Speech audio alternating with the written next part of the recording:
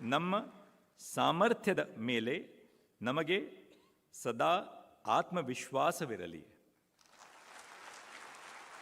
ಎಲ್ಲರಿಗೂ ನಮಸ್ಕಾರ ಮಾತು. ನನ್ನ ಋತುಪೂರ್ವಕ ಶುಭಾಶಯಗಳು.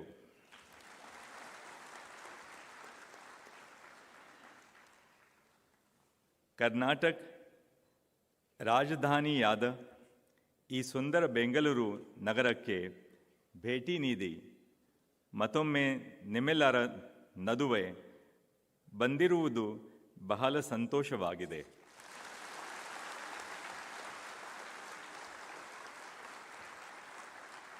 ಜಿಲ್ಲಾ ನ್ಯಾಯಾಂಗವು ನಮ್ಮ ಕಾನೂನು ವ್ಯವಸ್ಥೆಯ ಬೆನ್ನೆಲುಬು ಹಾಗೂ ನ್ಯಾಯದ ಅದಾಲತಾದ ಮೂಲಾಧಾರ ಎಂದು ನಾನು ಬಲವಾಗಿ ನಂಬುತ್ತೇನೆ. I would like to quote the famous playwright and novelist Dr. Shivram Karant, famously called the Rabindra Tagore of modern India. And Dr. Karant in a poem wrote, ಮರದ ಮೇಲೆ ಕುಳಿತ ಹಕ್ಕಿಗೆ ಕೊಂಬೆ ಮುರಿದ ಬೀಳುವ ಭಯವಿರುವುದು, ಏಕೆಂದರೆ ಅದು ನಾಮ ಬೀರುವುದು ತನ್ನ ರೇಖೆಗಳನ್ನೇ ಹೊರತು ಕೊಂಬೆಯನ್ನಲ್ಲ. ಹಾಗೆಯೇ ನಮ್ಮ ಸಾಮರ್ಥ್ಯದ ಮೇಲೆ ನಮಗೆ ಸದಾ ಆತ್ಮವಿಶ್ವಾಸವಿರಲಿ. We have recently appointed judge of the Karnataka High Court from the High Court of Kerala, our sister Justice Anu Sivaraman. I'm not sure whether Sister Anu has still picked up the nuances of Kannada, so I'll translate the poem which I just narrated of Dr. Shivram Karant. What Dr. Shivram Karant says is, for the bird sitting on the tree, there is no fear of falling because of the branch breaking. The bird trusts its wings and not the branch. Similarly, we should always have confidence in our own abilities. As judicial officers, each one of you must keep these words of Dr. Karant in mind. You have been endowed with an important responsibility to do justice without fear or favor. And please remember this, without fear or favor, when you decide to grant bail to people who are yearning for the grant of personal liberty. Do it without favor, but equally important, do it without fear. Have faith in your abilities and do not hesitate to make bold decisions while adjudicating the cases before you. The branches beneath your wings, the High Court and the Supreme Court, are there to support you, but you must also have confidence in your own ability to soar. We live in difficult times. We live in times of the social media where work which we do is being constantly assessed. The Supreme Court of India has put all its important hearings on a live streaming platform, and we are watched all over the country. But we can also be trolled as a result of that. I'll just give you one example. Just 4 or 5 days ago, when I was hearing a case, I had a little pain in the back. So all that I did was, I placed my elbows in my armchair in the court, and I just shifted my position in the chair. That video was doctored so as to delete that part of what followed thereafter. And there was a big amount of social media comment that the Chief Justice of India is so arrogant that he got up in the midst of an argument, an important argument in the court. What they didn't tell you was that all that he did was only to shift his position in the chair. 24 years of judging can be a little strenuous, as I have put in. But I didn't leave the court, I only shifted my position in the chair. But I was subject to vicious abuse, trolling, the knives were out. But I do believe that our shoulders are broad enough. And the ultimate confidence which we have is of common citizens in the work which we do. I share a close affinity with the state of Karnataka and the charming city of Bangalore. I've had the privilege of visiting the city several times. I think I'm almost a veteran in this auditorium. I've been here 4 times before at least, and this is my 5th visit here. Bangalore often serves as an escape from the extreme heat or cold weather in Delhi. And as the elections come near, the heat tends to increase in Delhi naturally. I believe that the cliche about the famous Bangalore weather is also symbolic of its people.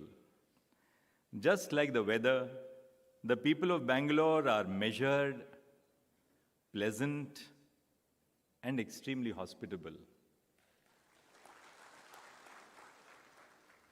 I see that reflection in each of my 3 personally friendly colleagues who I have a great deal in common with. I'm delighted to be back, and I hope to immerse myself in the vibrant culture of the city over the next few days. Well, I always say that, when I'm garlanded with this big garland in Bangalore and I wear the feta, I truly feel that I'm a son-in-law in Bangalore. But which is true in reality as well, because my in-laws, both of them, after retirement from government service, settled down in Bangalore. My mother-in-law and my sisters-in-law still stay here. So I'm truly, I think, a son-in-law of the city. But I have a deeper connection. My father's brother-in-law, Adya Rangacharya, who was known by the pen name of Sriranga, he lived between 1904 and 1984 and received the Padma Bhushan. He wrote 72 plays in Kannada.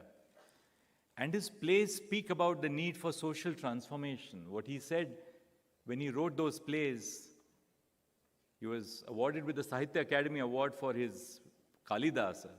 He translated the Natya Shastra into English. All those visions for social transformation are so true even for us today. And his daughter, my cousin, Shashi Deshpande, was a noted English writer who also lives in Bangalore, and she was awarded the Padma Shri for her writing in English. My father's first cousin had a matrimonial home in Dharwad, and as a young child, I would accompany my parents in our old 1966 model Ambassador, driving from Mumbai to Dharwad to spend so many vacations. I truly believe that the district judiciary is the backbone of our legal system and the cornerstone of the administration of justice. ಅದು ನಮ್ಮ ನಗರಿಕರಿಗೆ ಸಂಪರ್ಕದ ಮೊದಲ ಬಿಂದು. You are the first point of contact for our citizens who approach the court. ನ್ಯಾಯಾಂಗ ಅಧಿಕಾರಗಳಿಗಾಗಿ ನ್ಯಾಯದ ವಿತರಣೆಯಲ್ಲಿ ಪ್ರಮುಖ ಪಾತ್ರವನ್ನು ವಹಿಸುತ್ತೀರಿ. The government of Karnataka has also to be appreciated in terms of its constant support for the infrastructure and growth of the district judiciary. I just received a message from one of my colleagues, Justice Suresh Govindraj of the High Court, that the government of Karnataka has sanctioned 10 crores of rupees for e-Seva Kendras. Each of them will be 300 square feet at the rate of 14 lakhs per e-Seva Kendra. Brother Justice Bopanna highlighted a very important aspect, that in the march of technology, we should not leave any citizen behind, because there is an internet divide.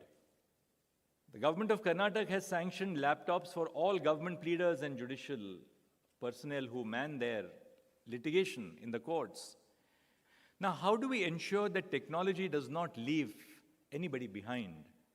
That we intend to do by providing these e-Seva Kendras, in which every conceivable facility in terms of information and communications technology is made available to each citizen who accesses justice. As judicial officers, you regularly engage with vulnerable litigants, many of whom look to you for justice. Many of the people who come to us are stressed about the injustice which has been caused to them.